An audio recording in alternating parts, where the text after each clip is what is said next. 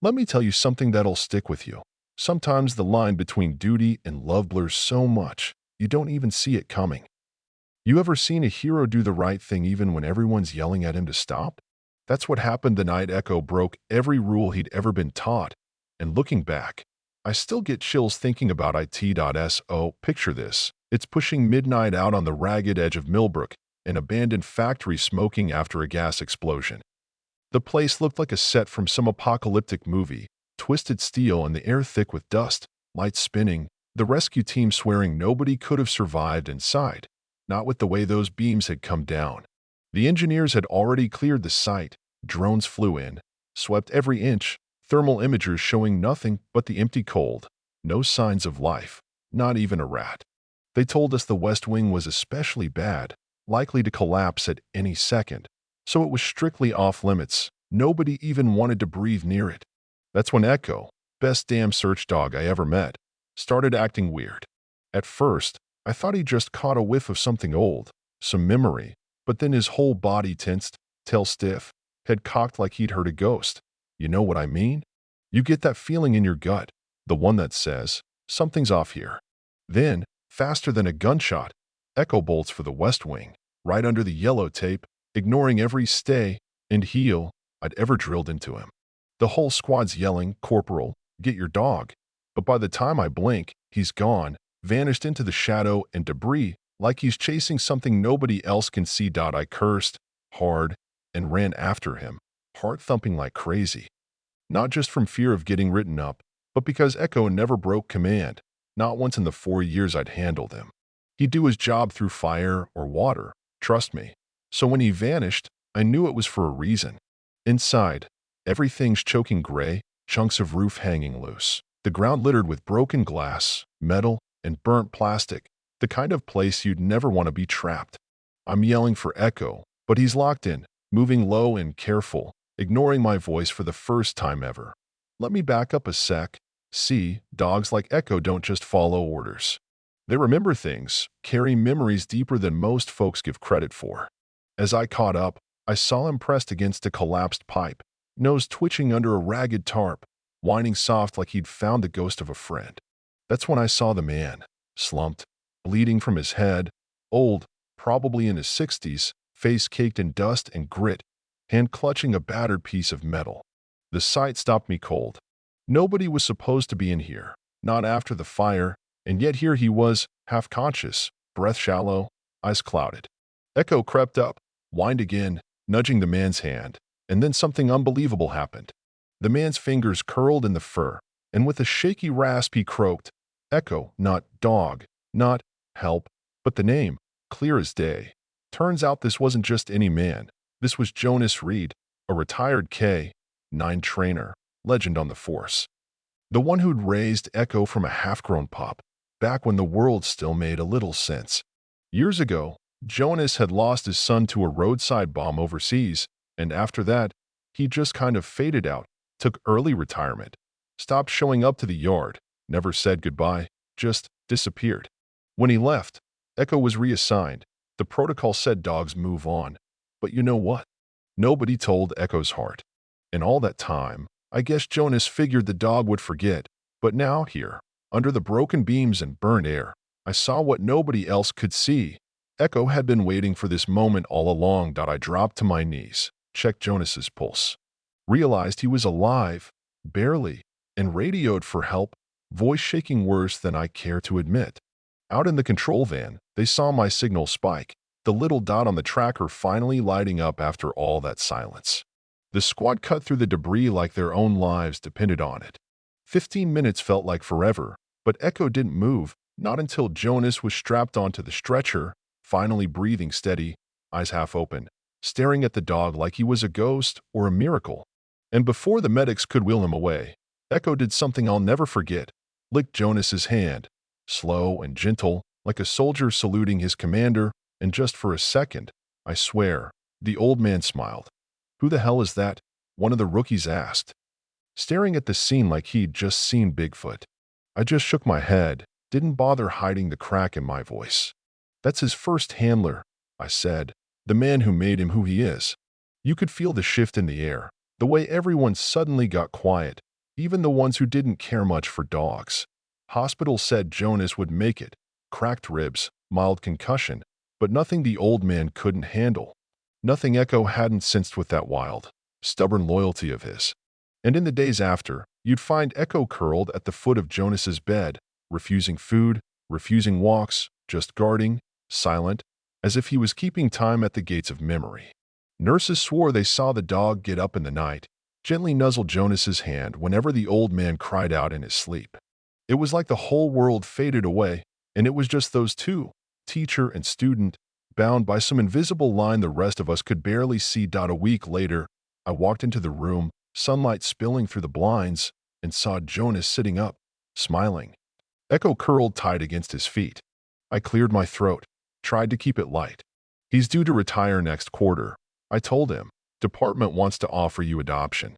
Jonas looked at me, this twinkle in his tired old eyes, and said, he was never really anyone else's, you know that? And yeah, maybe I blinked a few times too hard right then. Spring rolled in, soft as a promise. And if you'd been out early at Millbrook's Veterans Park, you might have seen them, an old man in a tan coat, moving slow but steady, and by his side, a black German shepherd, head high, tail waving, no leash, no commands needed. Just two survivors walking off what life threw at them. Shoulder to shoulder, not looking back. They said sometimes a dog follows orders, but sometimes, if you're lucky, he follows something deeper, memory, love, the sound of home after years in the dark. You think defiance is about breaking rules, but sometimes it's just a promise being kept, a lesson learned so deep it outlasts everything else. So, here's my question for you, because I still wonder about it, long after the dust settled. When should loyalty outweigh the rules? Have you ever watched someone break the code, not out of rebellion, but because it was the only way to do what's right? Tell me your thoughts below. Is there ever a time when the heart should lead, even when the law says no? Let's talk about it. Let me tell you, I never thought that a dog and an old man could change the way an entire town looks at loyalty. But that spring, things in Millbrook didn't just get warmer, they got real complicated, real fast. You see, after Echo and Jonas started their new life together, you could feel the whole place paying attention, like everyone wanted to believe that broken things could be made whole again, even if just for a while. And honestly, I figured that was the end of the story. Happy dog, grateful old trainer, long walks under cherry trees, maybe a little closure for everyone involved. But you know life's never that tidy. A couple weeks after Jonas brought Echo home, something weird started happening in the park. Dogs were disappearing, one after another, no real pattern, just gone without a trace. The local shelter went into panic mode. Facebook posts were popping up every hour, people swearing they'd seen white vans, others blaming coyotes, even some wild talk about illegal dog fights being run out by the old train yard. To be honest, most folks just started watching their pets a little closer, locking gates, looking at strangers twice. But Jonas, he went a little further. He'd gotten in the habit of walking Echo every afternoon. Same route, same time, rain or shine. But one evening, just as the sun was sinking, he noticed something off. A pair of men standing by the playground, pretending to fix the fence, but their eyes kept darting to the dogs. Jonas might have been retired, but you don't spend 3 decades working with police K9s and miss a trick like that. So instead of heading home, he circled back, kept Echo close, tried to act casual. But those men, they started following, not even subtle about it. Let me back up a sec, because here's where things get real. Echo, for all his years, still had the instincts of a soldier. As Jonas turned onto the side trail near the creek, the 2 men sped up, blocking his path, one reaching into his jacket. Jonas's heart hammered, memories from old training drills flashing up. He tried to back away, but at that moment, one of them lunged, grabbing for Echo's leash. Yeah, that happened. For a heartbeat, it was chaos. Jonas stumbled, the leash slipped, but Echo didn't run or cower. He went full guardian, planting himself between Jonas and the men, a low growl rising in his chest. Back off, Jonas warned, but they just laughed, taunting him. Old man, hand over the dog. The second guy pulled a taser, and for a moment, it looked like this would all end ugly. But then Echo did what no one expected. Instead of attacking, he barked sharp and loud. 3 quick bursts, the exact pattern used in his police days to signal for help. Out of nowhere, a voice yelled, "Hey, what's going on?" It was Leah Turner, a teenager from the neighborhood, always jogging with her mutt, headphones on, but sharp as a tack. She'd seen the whole thing from across the field, and without even thinking, started live streaming on her phone, yelling for help. The men panicked, tried to run, but the commotion brought out neighbors, phones out, lights snapping on up and down the block, a whole crowd suddenly appearing from nowhere. In the confusion, one of the guys got tackled by a jogger. Turns out the dude was an off-duty firefighter, while the other just disappeared into the woods. Police showed up, sirens howling, and within minutes, half the town was out in the street, everyone talking at once. Jonas was shaken, but safe, and Echo? He sat there calm as ever, just waiting for his old friend to catch his breath. The officers pieced it together fast. Turns out there'd been a ring stealing trained dogs, flipping them for illegal security work in another county. Echo's reputation, ironically, had made him a target. That here's the twist, though, Leah's livestream went viral. Within 24 hours, the whole county was watching, donations pouring in to help the shelter, and suddenly the story of Jonas and Echo became a rallying cry. Local kids made posters about protecting pets. The city started installing more lights and cameras, and Jonas, old as he was, got asked to speak at the high school about courage and second chances. The thing is, nobody expected the real hero to be a teenage girl with a cell phone, and yet, her actions turned a quiet rescue into a movement. Weeks passed, and spring faded into the sticky promise of summer. You'd still find Jonas and Echo out every morning, a little slower now, maybe, but heads held high. Leah sometimes joined them, headphones around her neck, swapping stories with Jonas about life, dogs, and the strange ways fate ties people together. The men who tried to take Echo were caught.